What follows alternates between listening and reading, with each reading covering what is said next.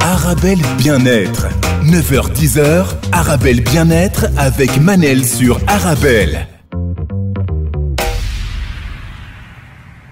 Arabelle Bien-être avec Manel sur le 106.8 FM. On a failli s'endormir avec cette chanson. C'est dans le thème. On se retrouve pour notre rendez-vous quotidien 100% bien-être 9-10h sur Arabelle. Aujourd'hui, je reçois Claudia Jiménez, consultante, coach, formatrice, spécialiste du bien-être au travail. On va parler justement du bien-être au travail, stress et fatigue, comment lutter contre la fatigue au travail. Je rappelle à nos auditeurs qu'ils peuvent toujours envoyer leurs questions, leurs réactions provisoirement via ma page Instagram Manel Astafid. Manel, c'est M-A-N-E-L, Astafid, A-S-T-A-F-E-E-D. A-S-T-A-F-E-E-D. Coucou Claudia. Bonjour Manel. Ça va? Ça va bien, merci. Je suis hyper, méga, giga contente de vous recevoir. Mais moi aussi, je suis ravie d'être là, sur place en plus. Ça a été sur la route, il y avait un peu d'embouteillage.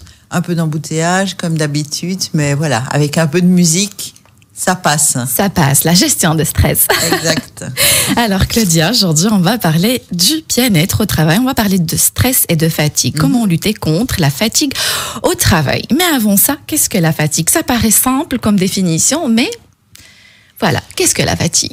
Alors, la fatigue, c'est... D'abord, on est tous concernés par la fatigue. Ça, c'est quelque chose d'universel. On est vraiment tous concernés par la fatigue. Et la fatigue, c'est un signe que nous donne notre corps que quelque chose ne va pas. Alors, pas forcément quelque chose de grave. Et là, on parle on ne parle pas de la bonne fatigue. Je vais coller une étiquette sur la fatigue pour vous faire plaisir. Mais vous savez, maintenant, je parle que d'étiquettes depuis que vous êtes passé dans mon émission. Maintenant, aujourd'hui, je vais parler de la bonne et de la mauvaise fatigue, donc vous allez être contente. Les étiquettes. Donc, on ne parle pas de la bonne fatigue, parce qu'il y a aussi la bonne fatigue. On va promener dans les bois, on fait un peu d'exercice, on transpire. Donc, cette bonne fatigue qui fait que quand on se met au lit, on sait qu'on va avoir un sommeil récupérateur. Donc ça, c'est la bonne fatigue.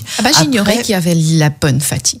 S'il y a une fatigue, vous êtes toute la journée stressé, vous sentez pas bien, vous allez faire une balade en forêt et souvent les gens disent « Ah tiens, voilà, ma fatigue s'est transformée en bonne fatigue. » C'est vraiment celle qui va nous faire dormir correctement avec un sommeil réparateur. Et puis, il y a tous les autres types de signes du corps de fatigue qui montrent que quelque chose ne va pas. Et une des premières causes, en tout cas, de fatigue, moi, les gens que je rencontre en entreprise, mais même qui viennent me voir de manière personnelle, une des premières causes qui sont citées, en tout cas, c'est le travail. Le travail me fatigue. Oui, voilà. Alors, Claudia, vous avez cité la bonne fatigue comme étiquette. Première étiquette, première victoire pour moi. Voilà, c'est cadeau. Voilà, merci. Plus j'en aurai des étiquettes pendant cette émission, plus je serai contente. Alors, il y a la fatigue, la bonne fatigue et la mauvaise fatigue aussi. C'est quoi la mauvaise fatigue? Alors, la mauvaise fatigue, c'est vraiment tous les signes que donne le corps pour dire, voilà, alerte, quelque chose ne va pas. Alors, quels sont ces signes et comment les interpréter? Ils peuvent être de différentes natures. Il y a celle qui nous fait dire... je suis crevée, c'est l'expression typique. Je me sens fatiguée, je me sens à bout, je suis pas bien. Vraiment les signes d'épuisement. On se sent épuisé, mais on ne sait pas pourquoi. Généralement, c'est lié au stress. On en a parlé la première fois qu'on s'est vu, le stress qui peut devenir chronique et faire que la fatigue, ce surmenage s'installe et va jusqu'au burn-out. Donc, premier signe, on se sent vraiment fatigué, épuisé. Il y a d'autres signes que le corps nous lance, c'est le fameux, les signes d'hypoglycémie. donc une fatigue due à ce qu'on mange. On travaille beaucoup le midi, sandwich rapide. N'importe quoi. Vous allez aussi nous donner des conseils par rapport à l'alimentation parce que c'est hyper important. Oui, ça peut être un facteur exactement. aggravant. C'est vraiment, et en plus, on a presque tous ce réflexe quand on n'a pas beaucoup de temps, on est occupé à travailler. Qu'est-ce qu'on fait? On est fatigué. Hop, le café avec du sucre ou hop, la petite viennoiserie ou les bonbons. Ça nous donne un pic d'énergie très court et puis très vite on a un pic d'insuline et on tombe en hypoglycémie. Avant de parler tout ce qui est astuces alimentation, si vous permettez Claudia, il y a aussi la fatigue chronique. C'est pas de ça qu'on va parler, mais juste pour souligner que par rapport à certaines personnes, j'ai vu un reportage récemment qu'il peut y avoir une fatigue chronique inexpliquée. C'est une fatigue qui dure par exemple jusqu'à 6 mois et on n'arrive pas à comprendre. Ce sont des gens que même pour ouvrir une porte, ils n'y arrivent pas, sans travailler beaucoup, sans avoir un manque de sommeil. Oui, et donc ça, la fatigue chronique, alors aujourd'hui, moi je ne suis pas médecin, mais même par le corps médical, c'est assez méconnu et on ne comprend pas trop. Donc c'est vraiment classé parmi les pathologies. Et ça, c'est quelque chose enfin, je tiens à insister là-dessus, c'est que on a différents types de fatigue, mais quand elle s'installe, quand elle devient chronique, c'est une vraie pathologie. Oui. Donc il faut vraiment aller voir son médecin. Je vous dis, même la médecine est encore très floue par rapport à ça et un peu dans l'incompréhension. Mais effectivement, la fatigue chronique est une fatigue qui s'installe sur le long terme et la personne est impuissante par rapport à ça. Et c'est extrêmement compliqué aussi pour l'entourage parce qu'il y a souvent des signes de dépression qui sont proches de la dépression, mais c'est difficile d'exprimer cette fatigue alors qu'il y a pas de raison, ou en tout cas qu'on ne les trouve pas. Mais c'est une fatigue qui s'est installée. C'était une parenthèse très importante de le souligner. Comme ça, on encourage aussi nos auditeurs d'aller consulter s'ils ont une fatigue qui a duré trop longtemps. Une simple prise de sang par moment peut révéler des dysfonctionnements et régler le problème aussitôt. Est-ce que je peux dire, Claudia, que c'est une forme d'incapacité, la fatigue?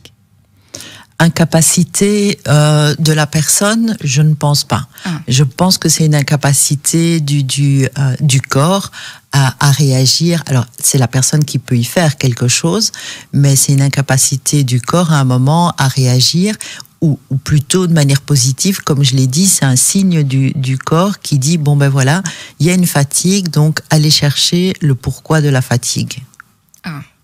Claudia, selon votre expérience personnelle dans le milieu, vous êtes spécialiste du bien-être au travail.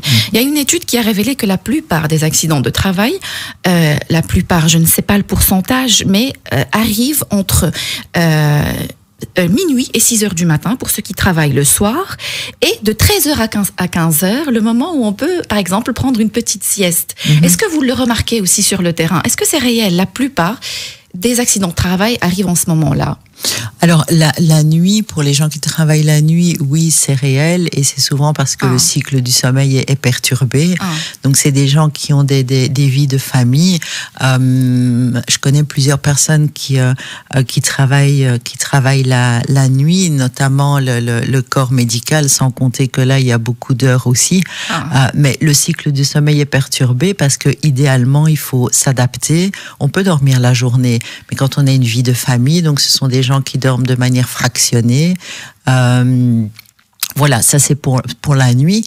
Et pour ce qui est du pic de 13 à 15 heures, oui, parce que en fait, c'est pas tellement que c'est l'heure de la sieste. Moi, mes origines, c'est aussi lié à la sieste, ce moment-là. Oui, mais c'est surtout, c'est l'heure après le repas. C'est-à-dire, c'est le moment où on est en pleine digestion, et pour peu qu'on ait mal mangé, qu'on a rapidement mangé un plat préparé, du sandwich, trop de sucre, là aussi c'est le corps qui va être dans un état pour digérer, où on va lui demander beaucoup d'énergie de digestion, et donc oui, c'est un moment où on est plus fatigué, moins vigilant, et où la vigilance est moins accrue que d'habitude. Oui. D'accord. Claudia, 17 heures sans sommeil, équivalent à un taux d'alcoolémie de 0,05. Ma source est ministère du Travail de l'Alberta. Donc, 17 heures sans sommeil, c'est un taux d'alcoolémie de 0,5. 21 heures sans sommeil, équivalent à un taux d'alcoolémie de 0,08. C'est juste énorme. Donc, est-ce que c'est lié uniquement à ceux qui travaillent la nuit? Parce qu'ici, vous avez parlé des travailleurs de nuit. Oui. Ou ça peut être valable la journée? Parce que, par exemple, moi, ma journée commence à 6h du matin. Oui. Donc, 17h, c'est vite arrivé. Qu'est-ce que je peux faire pendant la journée? Par exemple, faire une sieste, tout simplement? Alors, 17 heures, c'est long, mais effectivement, il y a des gens qui sont sur 17 heures. La sieste, moi, je conseille, c'est quelque chose, voilà, vraiment de récupérateur. Les micro-siestes, 10 à 15 minutes de sieste, on sait aujourd'hui que c'est quelque chose qui est porteur et plein de bienfaits. Maintenant, c'est pas donné à tout le monde. Oui. Moi, par exemple, même si je trouve le temps, j'ai beaucoup de mal à faire des micro-siestes. Si je m'endors, je m'endors, hein. C'est pour toute l'après-midi. J'ai du mal à faire des micro-siestes. Maintenant, c'est quelque chose qui s'apprend. Mais ça peut être une solution. S'aérer, sortir, bouger. Enfin, il y a différentes choses qui peuvent être mises en place pour diminuer la fatigue ou se redonner un petit coup de boost. Alors, Claudia, comment interpréter les signes du corps? Comment les interpréter? Oui. Donc, être bien à l'écoute de son corps. Il faut évidemment mettre chaque facteur un derrière l'autre de côté. Donc, je l'ai dit, la fatigue, ça peut être dû à la nourriture, ça peut être dû au stress, ça peut aussi être dû, on l'oublie souvent, mais ça peut être dû à l'âge aussi. Aussi, par exemple, Claudia, l'éclairage. L'éclairage, si c'est trop sombre dans mon milieu de travail, ça peut favoriser la fatigue. En tout cas, il va y avoir une certaine fatigue oculaire pour peu que vous travaillez sur ordinateur, si c'est mal éclairé, mal aéré aussi, beaucoup plus. Évidemment, température aussi. La température, s'il fait trop chaud, je pense que ça parle à tout le monde. S'il fait froid aussi, parce que ça demande au corps de fournir une énergie pour pouvoir réguler la température. Donc oui, le cadre de travail et l'environnement est porteur aussi de fatigue ou de bien-être, au contraire. Alors, Claudia, je rappelle à nos auditeurs qu'ils peuvent toujours participer à l'émission en envoyant leurs questions, leurs réactions via ma page Instagram Manel Astafid. Manel, c'est M-A-N-E-L, Astafid, c'est A-S-T-A-F-E-E-D. Alors, j'ai Nadia qui dit qu'elle travaille dans le milieu de la vente. Elle a 45 minutes à midi pour manger et pour se reposer. Elle dit comment continuer à travailler encore 4-5 heures après. Oui. Alors, comment continuer à travailler? Je comprends tout à fait la question. Et 45 minutes, c'est assez pour manger et se reposer, Claudia, honnêtement. Honnêtement, est-ce que c'est assez? D'abord, est-ce que Nadia a des pauses l'après-midi? J'espère. Et j'ai envie de dire, est-ce que c'est assez? Ma fille qui va à l'école a aussi 45 minutes. Je trouve ça très court, franchement, pour manger, pour se relaxer. Du coup, c'est là qu'il faut faire attention à ce qu'on mange et à ce qu'on fait pendant ces 45 minutes.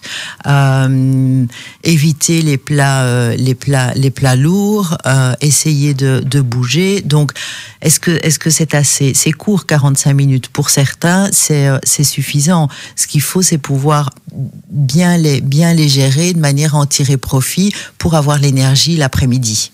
Si vous permettez, Claudia, on va un peu élargir, on va encore parler de pause et de sieste, mais juste après la pause. Okay. Restez avec nous. Bien-être avec Manel sur Arabelle. Et on se retrouve pour notre rendez-vous quotidien 100% bien-être 9-10 heures sur Arabelle. Aujourd'hui, je reçois Claudia Jiménez, consultante, coach et formatrice spécialiste du bien-être au travail. Je tiens à vous remercier du fond du cœur pour la danse, Claudia. C'est un plaisir. Elle m'a promis qu'elle allait danser. C'est gentil.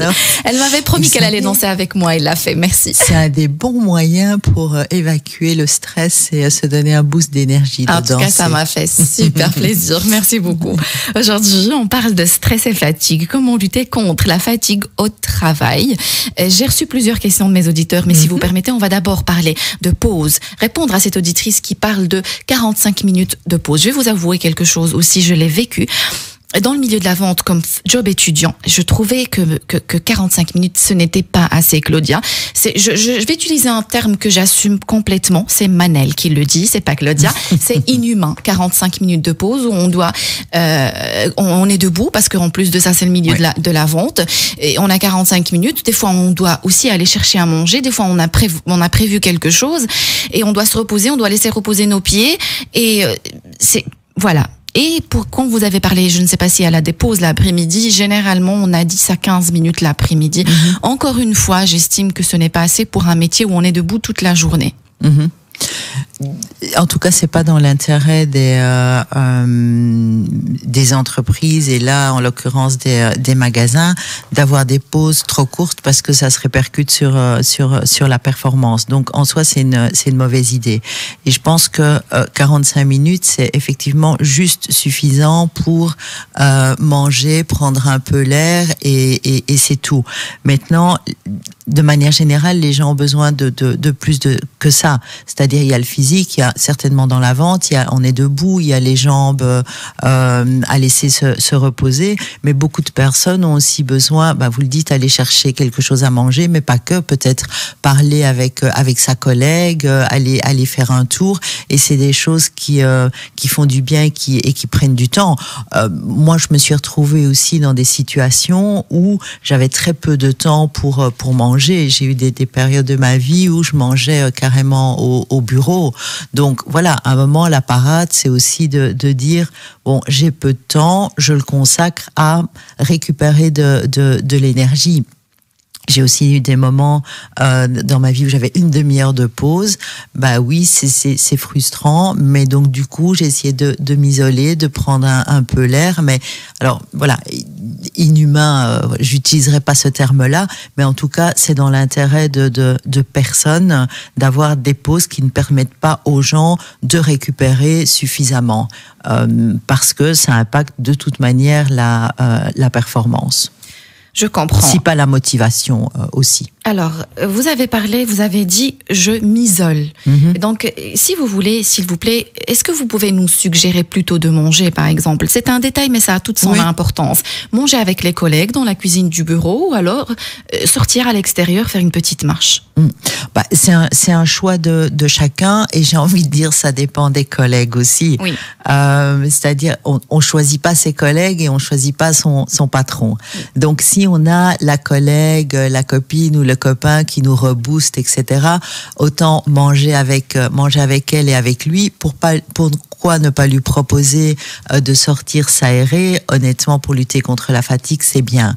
Se retrouver à des repas parce qu'on s'oblige à aller manger avec les collègues où l'un raconte les problèmes, l'autre... voyez, on parlait la dernière fois de gens toxiques. Je pense que vous avez reçu quelqu'un aussi sur l'énergie. Donc, c'est une question d'énergie aussi. Si on est dans un endroit où l'énergie positive ne circule pas, honnêtement, on peut avoir 1h30 de break. Si on est avec des gens négatifs, avec une énergie négative et qu'on absorbe ça comme une éponge, ça va pas nous faire plus de bien que d'avoir une demi-heure et d'aller manger seul à l'extérieur, par exemple, ou de s'isoler. D'accord. Alors, je vais prendre, si vous permettez aussi, Claudia, un autre message. Donc, c'est Omar qui parle de tâches répétitives. Il dit, personnellement, c'est ça qui m'a trop fatigué. Il a quitté le boulot parce qu'il faisait toujours la même chose, des tâches répétitives. Est-ce que ça peut être aussi, ça peut aussi causer une grosse fatigue?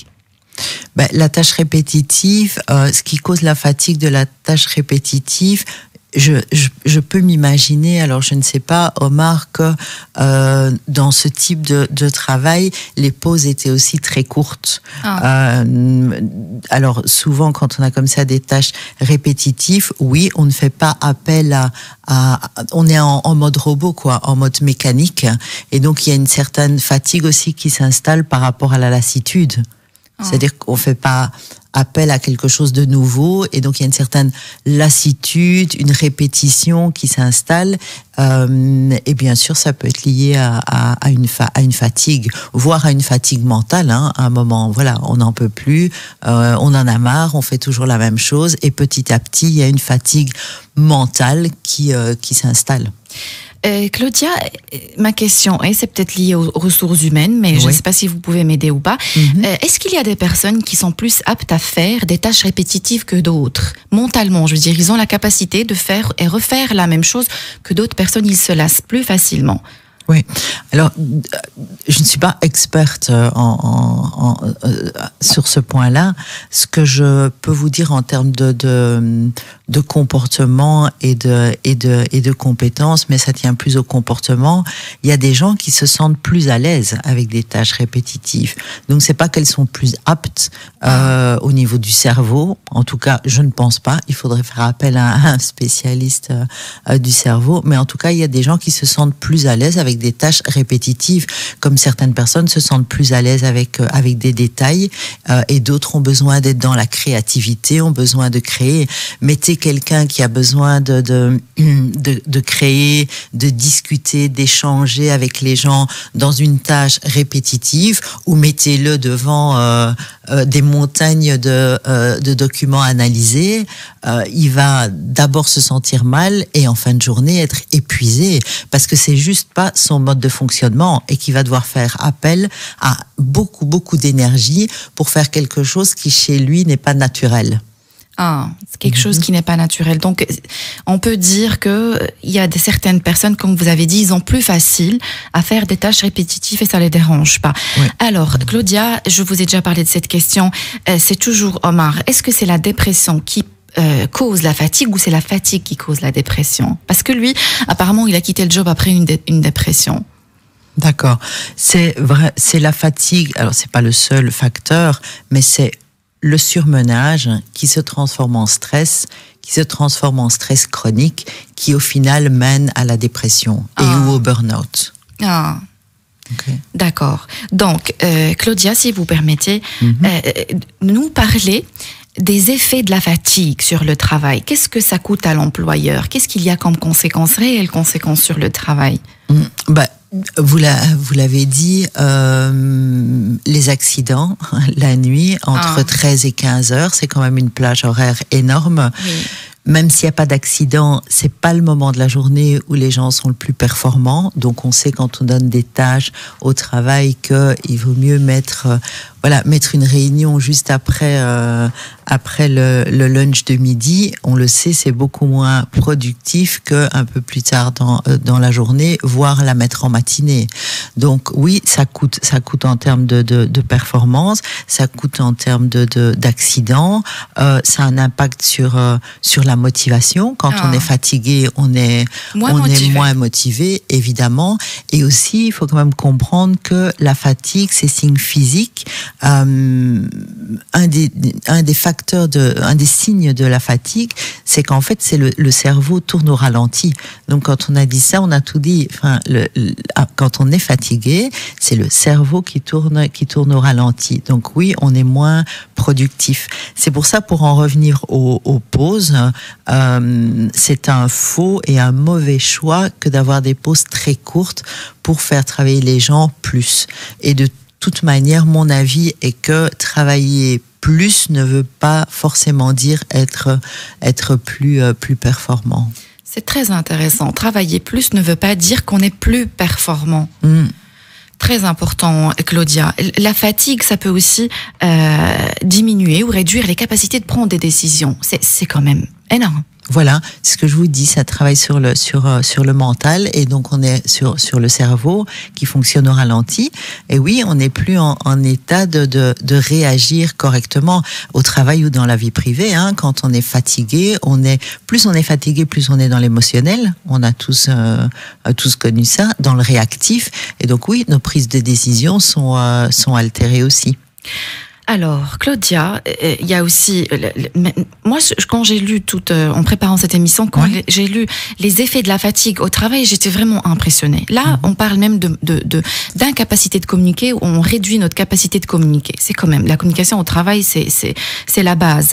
On peut aussi parler d'erreur de jugement. Donc ça peut déclencher un énorme malentendu au travail. Ici, on a une fatigue énorme aussi, Claudia. Oui, toutes ces choses au travail, on fait appel à quoi? On fait appel à notre bon sens, on fait appel à notre capacité, on fait appel à notre cerveau.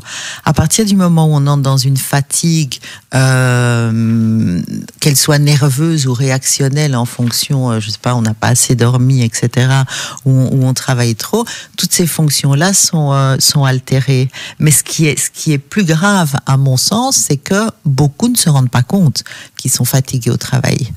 Beaucoup ne se rendent pas compte qu'ils sont fatigués. Donc, vous parlez, il faut écouter son corps.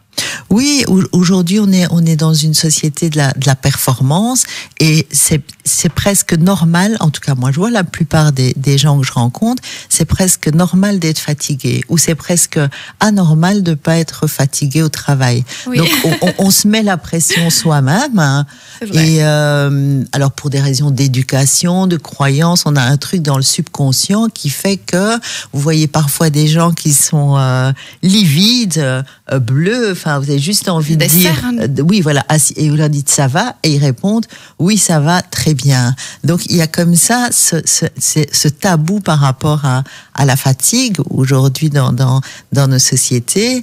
Et voilà, donc souvent au travail, les gens disent oh j'ai pas assez le temps, voilà les pauses sont trop courtes, je n'ai pas le temps de récupérer. Mais vraiment le mot fatigue et dire je suis fatigué, c'est extrêmement compliqué pour les gens parce que pour eux ça veut dire je suis fatigué, je ne vais pas être performant. Vous voyez ce que je veux dire? Je suis faible, donc, voilà. Oui. Et donc il faut vraiment reconnaître la fatigue. Alors Claudia, j'ai Sam qui parle d'irritabilité, la fatigue au travail. Elle parle de chez elle maintenant. Quand elle rentre chez elle, elle est irritée, elle ne supporte pas ses enfants, son mari. Et qu'est-ce qu'on peut lui suggérer, Claudia? C'est Sam. Oui. Ce que je suggérerais à Sam, que la fatigue vienne du travail ou pas, et d'ailleurs je suggérerais à tout le monde. Comment est-ce que, en fait, l'idée c'est de pas se laisser submerger par la fatigue. Donc c'est 1, d'accepter qu'on peut être fatigué, 2, de le reconnaître, et 3, quand on le reconnaît, il faut pouvoir lâcher prise, c'est-à-dire prendre un petit peu de hauteur. Je pense que vous avez beaucoup d'invités qui vous parlent du lâcher prise, donc je vais peut-être répéter, voilà, mais vraiment lâcher prise, prendre de la hauteur. On ne peut pas changer les autres, on peut changer sa vision qu'on a sur la situation. Très important, c'est ce qu'on a dit encore cette semaine avec Monsieur Mohamed El Menjra. On ne peut pas changer les choses, mais on change notre perception de voir les choses. Exactement. Et donc, on prend de la hauteur, on prend un petit peu de recul et on s'autorise à dire non. Alors, pour une maman, pour un employé, pour beaucoup de gens, c'est très difficile de dire non. Qu'est-ce que ça veut dire non? C'est pas seulement pouvoir dire non.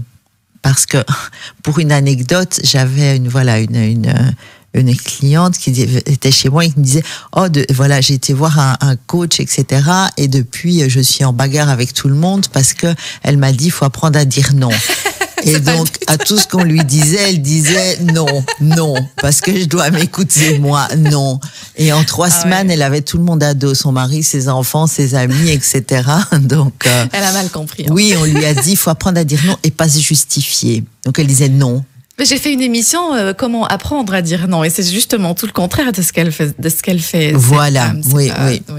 Donc, il s'agit pas de dire là, pour Sam, en l'occurrence, dès qu'elle rentre à la maison, non à ses enfants, non à son mari, non, etc.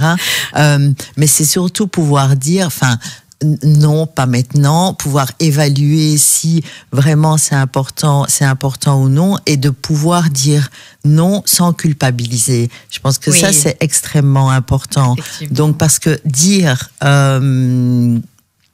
les enfants, non, pas maintenant, maman va venir plus tard vous aider, et puis culpabiliser, c'est encore plus épuisant et plus fatigant que de faire. Émotionnellement. D'accord ? Émotionnellement, voilà. Mais émotionnellement, à nouveau, c'est de la fatigue nerveuse et donc ça fatigue. Donc il faut vraiment prendre de la hauteur par rapport aux choses. Moi, je conseille toujours de dire, voilà, si je prends telle décision, en l'occurrence celle de dire non, ça me pourrait dire instaurer quelque chose où elle dit quand je rentre à la maison, d'abord une demi-heure pour moi, un bain, un peu de sport, elle pourrait aller faire un tour avant, bref, instaurer un rituel, rien qu'à elle, sa bulle à elle, mais surtout sans culpabiliser. Ou sans qu'on la laisse se culpabiliser, ce qui est aussi important. Alors, si vous permettez, Claudia, je vais revenir j'ai une question qui m'est traversée l'esprit par rapport aux pauses. Oui. Prendre des pauses, est-ce que ça doit être toujours à la même heure? Par exemple, la plupart des employeurs vont vous dire, c'est de telle heure à telle heure, midi 45, vous pouvez prendre 45 minutes. Oui. Or, moi, personnellement, et c'est pour ça que j'adore ce boulot que je fais actuellement chez Arabelle, c'est que je me repose quand je ne me sens fatiguée, je mange quand j'ai faim. Je ne mange pas juste pour manger parce qu'on m'a imposé des heures et je ne me repose pas parce qu'on m'a obligé de me reposer. Je me repose quand je sens la fatigue. Et donc, pour vous, la meilleure formule, laissez le choix à l'employé de choisir ces 45 minutes de pause, on va dire, ou alors lui imposer toujours la même heure. D'accord. C'est par exemple, moi je suis comme vous, j'ai besoin de m'arrêter quand mon corps me dit de m'arrêter, et donc manger tous les jours à la même heure, c'est extrêmement compliqué. Alors je me retrouve parfois évidemment chez des clients qui ont des pauses bien fixes, et donc c'est le moment de manger. C'est plus compliqué aussi pour moi, et ça me permet moins de récupérer que si je peux le faire au moment où j'en ai besoin. Maintenant, c'est compliqué pour les employeurs de dire prenez des pauses quand vous voulez et quand vous en avez besoin. Pour certains postes, c'est très compliqué. Il y a des environnements où c'est compliqué. Oui. Alors, c'est pas simplement compliqué de par la nature du travail, c'est compliqué aussi parce que parfois, culturellement, les gens n'y arrivent pas. Moi, je vois très bien, hier encore, une personne me disait, alors on parlait pas de pause et de fatigue, mais elle me disait, donc, elle était maintenant à un poste d'encadrement, et elle me disait, c'est extrêmement compliqué pour moi parce que moi, j'ai besoin qu'on me dise ce que je dois faire, à quel moment, etc., d'avoir un planning très strict. Elle me disait, et ici, il y a beaucoup, c'est pour montrer que c'est dans les deux sens, elle me dit, il y a beaucoup d'autonomie, on me demande de gérer mon temps et d'un petit peu faire en fonction, et elle me disait, moi je suis perdue avec ça, donc elle, du coup, ça lui demandait beaucoup d'énergie, parce que moi j'ai vraiment besoin de planning strict et qu'on me dise, maintenant il y a ça à faire, maintenant il y a... Donc il faut pas croire que c'est uniquement dans un sens, il y a des gens qui ont vraiment besoin d'être encadrés. Mais si on a la possibilité, parce qu'effectivement dans certains postes, on peut pas laisser le choix à l'employé, parce que exemple, des magasins qu'on a pris, il faut toujours quelqu'un dans les caisses, il faut toujours quelqu'un dans les cabines, ça doit être vraiment très strict. Alors Claudia, si vous permettez, on va prendre une petite pause. Et on se retrouve juste après la pause. Restez avec nous.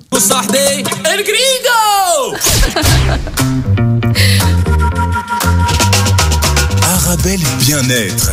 9h-10h, Arabelle Bien-être avec Manel sur Arabelle.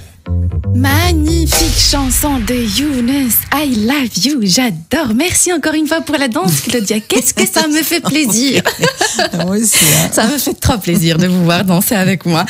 Alors, aujourd'hui, on parle de bien-être au travail, stress et fatigue, comment lutter contre la fatigue au travail. Pour ça, je reçois Claudia Jiménez, consultante, coach et formatrice spécialiste du bien-être au travail. Je rappelle, on est essoufflé, Je rappelle à nos auditeurs qu'ils peuvent toujours envoyer leurs questions, leurs réactions via ma page Instagram Manel Astafid. Manel, c'est Manel Astafid, c'est A-S-T-A-F-E-E-D.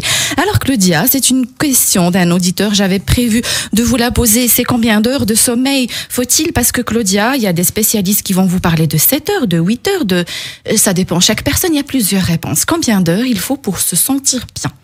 Voilà, donc moi je suis pas spécialiste du sommeil. Ce qui est clair, c'est que toutes les études disent qu'il faut dormir suffisamment et minimum 8 heures. Alors ça peut être 7 heures pour certains, ça peut être 10 ou 12. Encore une fois, je pense qu'il faut s'écouter. Beaucoup de personnes se sentent bien avec 6 heures de sommeil. Je pense qu'en dessous de 6 heures de sommeil, il est prouvé que le cycle n'est pas complet. Maintenant, ce qui est intéressant aussi, c'est d'avoir un sommeil réparateur. Oui. D'accord ? Vous sortez, vous faites la fête, vous buvez un petit peu d'alcool, vous allez dormir pendant 12 heures, mais je suis pas certaine que ce soit un sommeil vraiment réparateur. Donc c'est pas seulement la durée, mais je pense qu'on peut dire entre 7 heures et 9 heures de sommeil en fonction des individus. En tout cas, il faut dormir suffisamment. Ça, c'est clair. Il faut dormir suffisamment. Oui. Il y a pas, ici aussi, j'ai reçu un spécialiste, on a parlé de dépression et le constat est toujours le même. C'est hyper important de bien dormir et pour le corps, pour prévenir les maladies, pour les dépressions, pour l'organisme a besoin. On peut pas dire j'ai besoin de 2 heures de sommeil, la même chose qu'il m'a dit le spécialiste. On peut pas dire non, j'ai besoin que de 2 heures de sommeil. C'est pas possible. C'est pas possible. On peut tenir sur une certaine durée, mais en tout cas c'est pas bon pour le corps et c'est impossible. Le corps se régénère la nuit. Voilà, exactement. Le corps se régénère la nuit. Pour le poids, c'est pas bon pour le cerveau, pour récupérer. Donc, les gens qui disent, moi, avec 4 heures de sommeil, j'ai assez.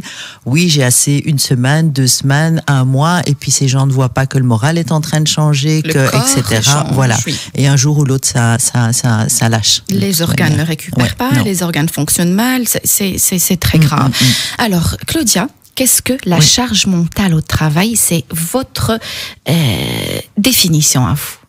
Oui, alors la charge mentale au travail, effectivement, c'est ma définition. Ce que je remarque de plus en plus, on a beaucoup parlé de la charge mentale à la maison, de la charge mentale des femmes, donc c'est-à-dire cette charge supplémentaire de devoir organiser, planifier, s'occuper des enfants, quelque chose qui est dans la routine, qu'on fait en plus du reste, dont on se rend pas compte à quel point ça prend du temps, ça devient une habitude pour nous, pour les enfants, pour le mari, et donc on a beaucoup parlé de la charge mentale des femmes au travail. Moi, ce que je remarque aujourd'hui et de plus en plus, c'est que on demande énormément et aux collaborateurs et surtout à l'encadrement, au management.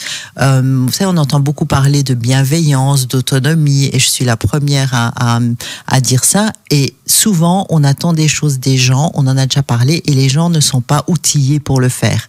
C'est-à-dire, on leur dit, voilà, à partir de maintenant, c'est un peu comme dire, à partir de maintenant, tu vas réparer des camions, mais je te donne pas la formation et tu es boulanger. C'est-à-dire que on parle de termes qui sont très très soft. On dit bienveillant, autonome. On te laisse prendre plus de responsabilités. Donc ça semble positif, mais quand on n'est pas vraiment outillé, quand on n'est pas formé pour faire ça, ça peut être une réelle charge et ça peut demander énormément d'énergie.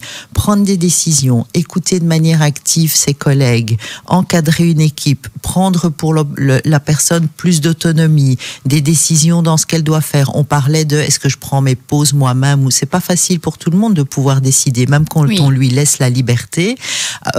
C'est des choses que l'on demande de plus en plus à l'ensemble des collaborateurs et à l'encadrement, et qui, je trouve aujourd'hui, pèsent énormément sur le mental de toutes ces personnes. Voilà. Alors, Claudia, si vous pouvez nous donner, il me reste 2 petites minutes, si vous permettez. L'alimentation, c'est hyper important. Des fois, on prend une pause, on mange n'importe quoi et ça accentue la fatigue. Oui.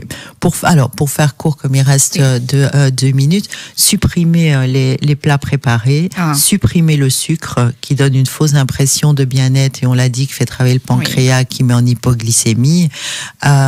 Si vous devez manger correctement, alors la bonne nouvelle, allez-y pour l'antidépresseur végétal par excellence, à savoir le chocolat. Moi, c'est mon dada. Chocolat noir. Chocolat noir, voilà, 80%. 3-4 morceaux par jour, pas 10 tablettes, mais donc pour le magnésium, le chocolat, des fruits secs, remplacer les biscuits par des fruits secs qui sont riches en oméga 3, qui vont équilibrer les émotions. Prenez le temps de manger et oubliez tout ce qui est faux amis. Alcool, café. Alors le café, je sais, on dit un peu c'est bon, mais pas trop. Donc voilà. Alors Claudia, et si ça ne passe pas, si la fatigue ne passe pas, qu'est-ce que vous suggérez à nos auditeurs? Si la fatigue ne passe pas avec tous ces petits trucs que vous mettez en place, alimentation, prendre le temps, s'aérer, faire un peu de sport, si ça ne passe pas, bon, il reste toujours aussi la méditation, la sophrologie, l'hypnose. Voilà, moi je reçois des gens en hypnose par exemple, ça fonctionne. Mais si ça ne passe pas, allez voir votre médecin parce que il peut y avoir derrière une pathologie et la fatigue, je l'ai dit au début, n'est jamais anodine. Elle n'est pas toujours grave, mais c'est toujours un signe. Donc si ça ne passe pas, allez voir ce qu'il y a derrière et allez voir le médecin. Alors j'aurais bien voulu avoir un exercice énergisant, mais on a le temps pour, si vous voulez nous donner un exercice pour rebooster le corps. Il nous reste 1 minute.